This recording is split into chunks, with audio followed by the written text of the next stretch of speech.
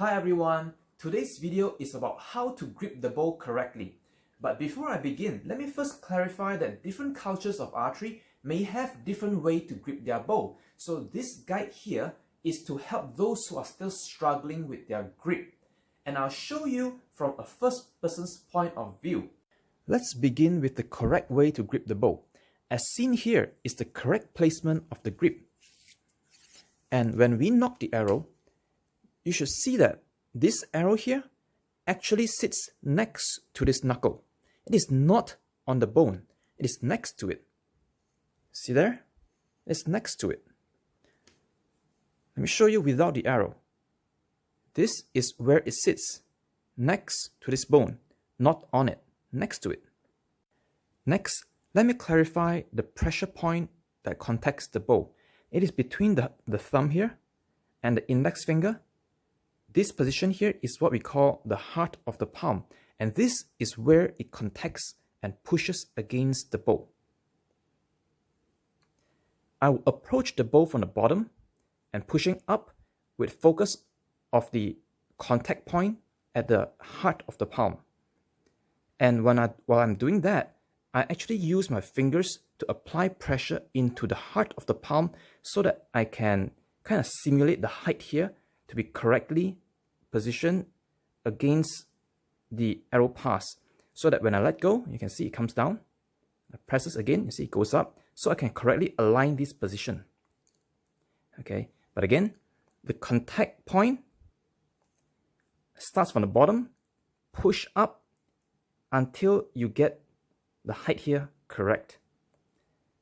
And then I would actually relax the heart of the palm and my fingers, and I'll turn the grip slightly to the side so that the back of my palm is parallel to this plane of the bow, the plane of the bow, parallel to the path of the string. As you can see, it's parallel. So the reason why we do that is because we want to apply torque using the fingers. This is the pressure from the fingers pressing on the side, so it presses into the back here and also into here. This part here is called the root of the palm. The fingers apply pressure into the root and to the back. And when you do so, your knuckle here will kind of move slightly.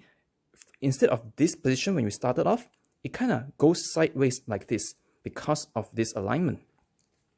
However, when we actually draw the bow, because we push forward with pressure coming from here towards this part into the heart of the palm, when we draw this back, you notice the alignment is going to change here. Okay, let me draw it. See that? That is where it provides a space for the arrow, like this. Although initially it may look kind of like that, where your knuckle is kind of in the way, but when we draw, it actually clears. Next, I would like to also show you that the khatra that we usually do, where the bow spins, has a lot to do with this torque that's applied by the fingers towards the back of our hand.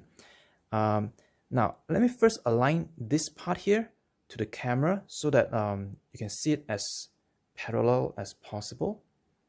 Okay, but when you do so, notice that the back here is slanted towards that side rather than, you see, it's not like this, it's not like that, right? Not facing straight forward, but sideways, because when you apply pressure from here straight into here, this points there, and the bow is aligned to this, so the bow actually kind of points towards that side.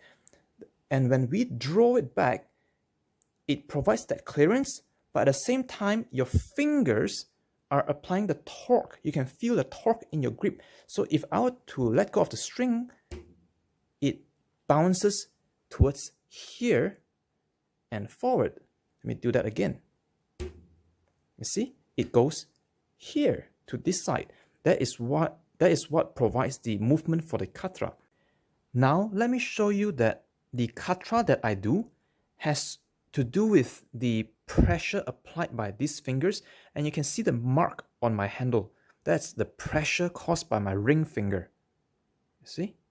So because my khatra is actually done by pressure, the pressure applied by the fingers towards the back of my hand causes the movement rather than me trying to spin the bow. I don't actually spin the bow, but rather it is the pressure here and the alignment of the backhand that causes the torque. The thumb, the index finger, and the middle finger is not as critical in your grip placement. Rather, this two finger down here is what's the most critical, but if you need more torque, you can use the middle finger. So because these two fingers are kind of just relaxed and doing nothing, I usually use my index finger as a draw check to make sure that I draw the same length every time, kind of like a clicker on a modern bow. Beyond using the index finger like this as a draw check, there are also ways where you could use, say, like this, so that you can feel it here, or like this. So all these ways have the same purpose of a draw check, like the clicker, using your fingers or your thumb. I'm gonna show you one more time how I would approach and hold the bow. The heart of the palm on the bow, with my fingers applying pressure from the back, push up until the web here is aligned to the arrow pass.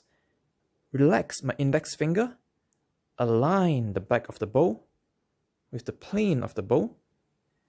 Then using the three fingers down here, applying pressure to the back and to the root. This would be the correct placement of your grip. When I draw, I push forward with the bone here, pushing into the heart of the palm where the pressure of the bow sits. When I draw back, there's torque in my fingers, and when I let go, the bow kicks out. Now let me show you the common mistake that you should avoid. Oftentimes, beginner, due to the fear of the string striking their arm, they would not approach the bow directly from this side, but rather they approach the bow from sideways like this, because they want to avoid the string. But the problem when they do this, now the pressure from the bow sits here, but the heart of the palm is located here. This difference here, when you draw the bow, is going to cause discomfort in your wrist, because the bow wants to pull inwards and you have to fight with the wrist here. Let me show you. So this is the wrong way. Okay, this is the wrong way, and you should see that the knuckle here is directly in the way of the arrow. Okay, this is wrong. You will feel a lot of discomfort in your wrist. For low poundage, it may work, but for higher poundage, it will not work.